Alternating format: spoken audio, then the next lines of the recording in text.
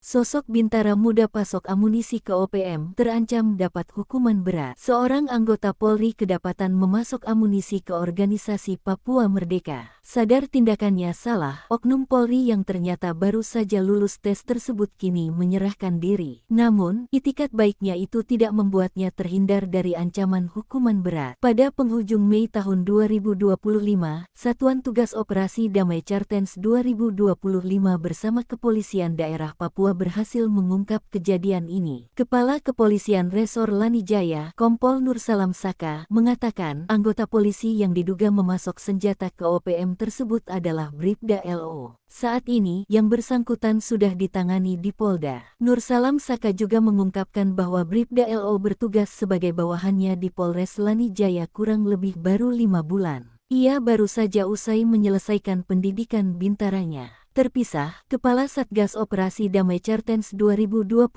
Brigadir Jenderal Faizal Ramadhani mengatakan yang dipasok Bribda LO adalah puluhan butir amunisi kepada warga sipil berinisial PW yang diketahui terafiliasi dengan jaringan kelompok kriminal bersenjata Lenggenus pimpinan Komari Murib. Bribda LO menyerahkan diri ke Kepolisian Daerah Papua pada Sabtu, tanggal 17 Mei tahun 2025, setelah menyadari tindakan melawan hukumnya terungkap. Faizal menjelaskan warga sipil berinisial PW yang terlibat kini ditahan di Polres Jayawijaya untuk pemeriksaan lebih lanjut, sedangkan Bribda LO ditahan di markas Polda Papua.